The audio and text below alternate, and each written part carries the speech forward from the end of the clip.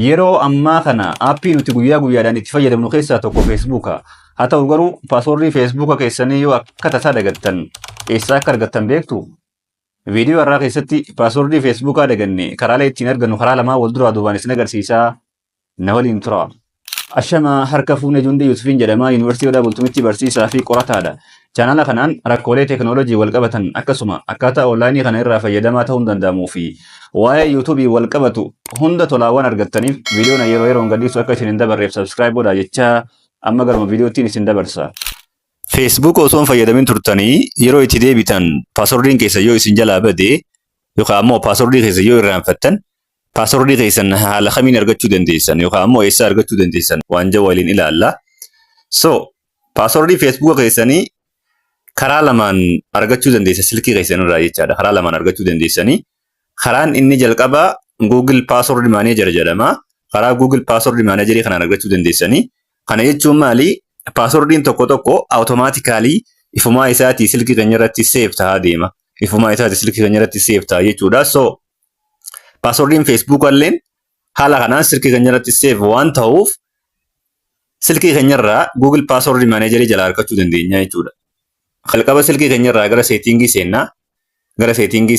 Erga seetingii keessa seennee booda gara gadii gad deemnee Google kaja'utu jira. Google kaja'u kanarra gattu qannaa jechaadha. Google kaja'urra yeroo gattu qannu fuula kana nuuf fidaa. Fuula kanarra imeelii keenyatu jira.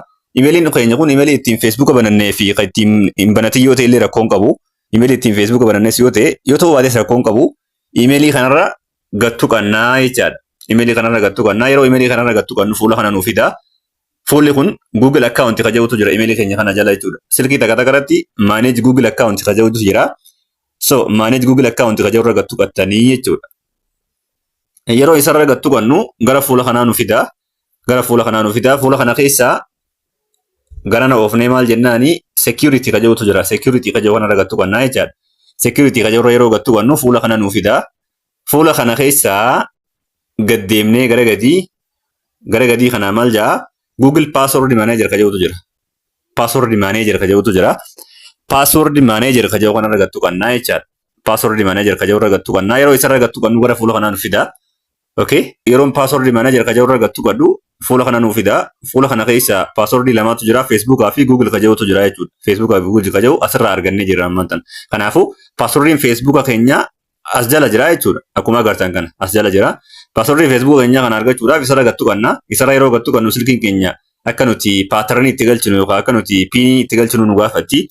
Piinii yookaan paaternii qabnu itti galfannaa san booda nuuf banamaa jechuudha. Haala amma agartan kanaan nu banamaa.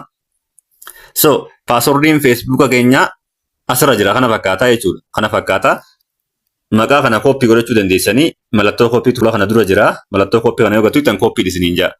Gaddeemtanii kajalaa kun paaswordiidha. Paaswordii kana bantanii ilaaluu dandeessan. Bantanii ilaaluudhaaf maal gootanii mallattoo ijaata fuula dura jirtu tanaa jira. Mallattoo ijaata fuula dura jirtu tanarra yoo gattu qattan paaswordii keessan isin agarsiisa jechuudha. Mallattoo ijaarra gattu qannaan paaswordii keessan isin agarsiisa.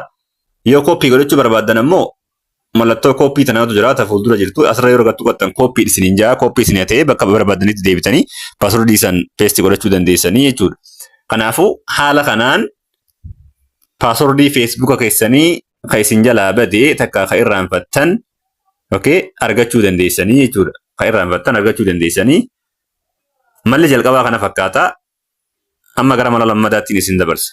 Karaa lammaffaa ittiin paaswordii keenya argannu karaa Google Chromeetiini. Karaa Google Chrome kanaan paaswordii Facebook keenya argachuudhaaf maal goona? Google Chrome kaja'utu jira. Chrome kanarra gattu qannaa aappii Chromeetirraa. Aappii Chrome irra erga gattu qannee booda aappiin Chrome haala kanaan nuuf banaa jechaadha. Haala kanaan nuuf banaa. Yeroo inni nuuf banu mallattoo sadeen gara gubbaa irra jirtu sana mallattoo sadeen fiixa gubbaa irra jirtu sana irra gattu qannaa. Mallattoo sadeen irra yeroo gattu qannu haala kanaan nuuf fidaa. Achirraa setting kaja'utu jira. Setting kaja'u kanarra gattu qannaa. Setting kaja'urra yeroo gattu qannu fuula kana nuuf fidaa. Fuula kana keessaa Google Password Manager kaja'utu jira. So Google Password Manager kaja'u kana argattu qannaa jechaadha. Yeroo isarra gattu qannu akkuma isin agartan kana passwordii jiru. Passwordii silkii keenya irratti save ta'ee jiru. Haala kanaan nuuf fidaa jechaadha. So Facebook yoo barbaaddan Facebook argattu gochuudhaan paatarnii silkii keessanii itti galfattanii san booda paaswordii keessan argachuu dandeessu jechaadha. Paaswordii keessan haala kanaan argachuu dandeessu.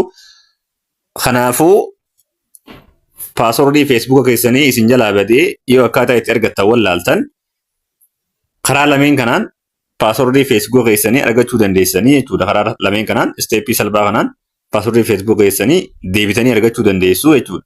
Kana fakkaata.